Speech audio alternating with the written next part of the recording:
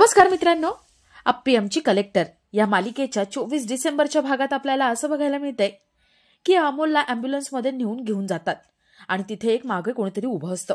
सगळेजण त्याच्याकडे बघायला लागतात. तो संकल्प असतो. संकल्प मागे वळून बघतो आणि तो आप्पी अर्जुनकडे येतो. सगळे त्याला विचारतात, संकल्प ढोबळ्या तू इथे? संकल्प म्हणतो, आलो, माझी मर्जी होती म्हणून आलो. मी इथे आलोय तर राहिलेला हिशोब चुकता करायला. काय मग माने कदम फॅमिली, छान शुभविवाह चाललाय वाटतं. लग्न होईल आणि तिकडे तुमच्या पोराचा जीव जाईल. मला माहितीये पोरासाठी लग्न करताय ना, ते काही का असे ना, तुमचं पोरग काही वाचणार नाहीये आता. अर्जा, कशी जादू आहे ना, कधी तू अचानक माझ्या लग्नात येतो तर कधी अचानक मी तुझ्या लग्नात येतो. नियती कशी असते ना. अर्जुन संकल्पाला मारायला पुढे होतो. संकल्प म्हणतो, ए थांब थांब, मारायचं नाही हा, फायटिंग वगैरे पुढे. गंमत तुम्हाला माहितीये का? तुम्हाला खरं तर काही माहिती नाहीये. तुमचा जो हा आटापिटा चालू आहे ना, याचा काहीही उपयोग नाहीये. तुम्ही काहीही केलं ना तरी काहीच होऊ शकत नाही, कारण तुमचं इथे लग्न होणार आणि तिकडे तुमच्या पोराचा जीव जाणार. आप्पी संकल्पाच्या जोरात ते कानाखाली मारते. संकल्प म्हणतो, आप्पे अजून तेवढीच धार आहे तुझ्या हाताला. अगो कसली मारतेस तू? पण आता ऐका मी काय सांगतो ते. त्या आमल्याला पहिल्यांदा चक्कर आली होती ना, त्याच वेळेला डॉक्टरांनी सांगितलं होतं की याला कॅन्सर आहे. डॉक्टर म्हणाले होते की हा वाचणार नाही, 2 महिन्यांचा सोबती आहे. आणि जेव्हा दुसऱ्यांदा चक्कर आली होती त्यावेळेस मी रिपोर्ट बदलले होते.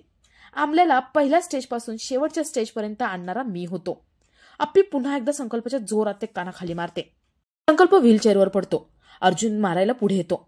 संकल्प म्हणतो, थांब थांब अर्जा, अरे मी काय बोलतोय ते तरी ऐकून घे. अरे 4 महिने झाले तुझा आमल्या माझ्यासोबत फिरतोय, तुम्हाला कोणाला कळलं तरी का?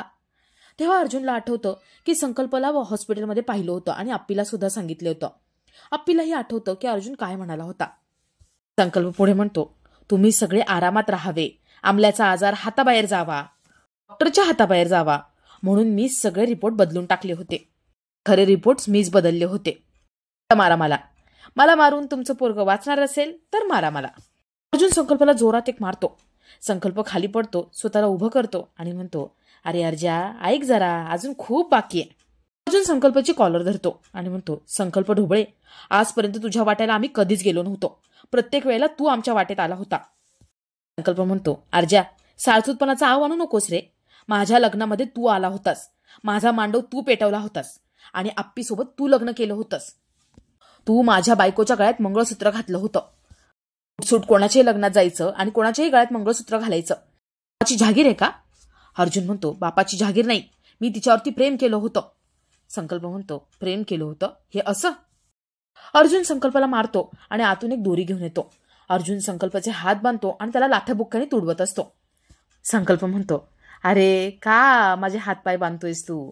मी मार खायला चालू आहे. तू म्हणालास ना पळून जा, तरी मी पळून जाणार नाही, मी इथेच थांबणार. अर्जुन त्याला अजून धुवून काढतो. संकल्प म्हणतो, अर्जा अरे माझ्या आईला जेलात टाकलंस ना तू, 2 वेळेचं नीट खायला सुद्धा मिळत नसेल. पण आता आमचा बदला पूर्ण झालाय. तू मला आणि माझ्या आईला त्रास दिलायस आणि आम्ही तुला नीट जगू देणार आहे का? म्हणून हे सगळं केलं. आता माझ्या मनाची आग शांत होणार. अरे 7 वर्षापासून सगळ्यांना वाटत होतं मी वेडा आहे, मी वेडा आहे, पण नाही, माझ्या आतमध्ये काय आग धुमसत होती ना, माझं मला माहिती होतं. पण आता गारगार वाटतंय. अर्जुन त्याला अजून मारतो. अर्जुन संकल्पाला खूप मारतो. तो आतून बंदूक घेऊन येतो आणि संकल्पावरती धरतो.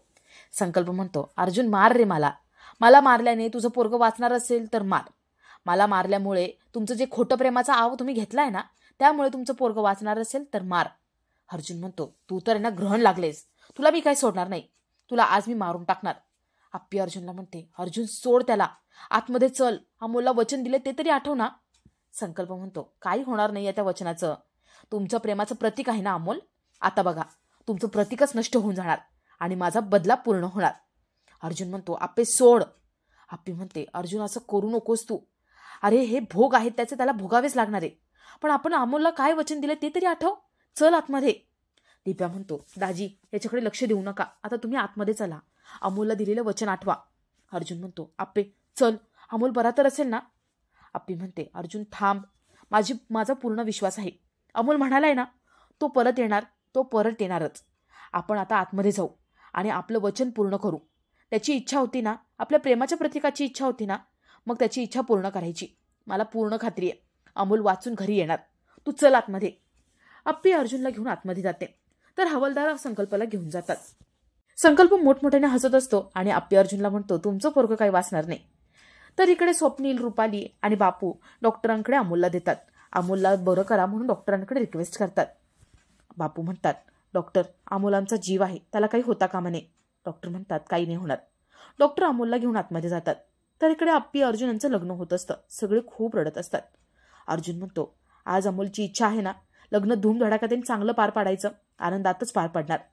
सगळं लग्न पार पडतं. तर इकडे अमोलचं ऑपरेशन होतं. डॉक्टर म्हणतात, कॉम्प्लिकेशन्स आलेत.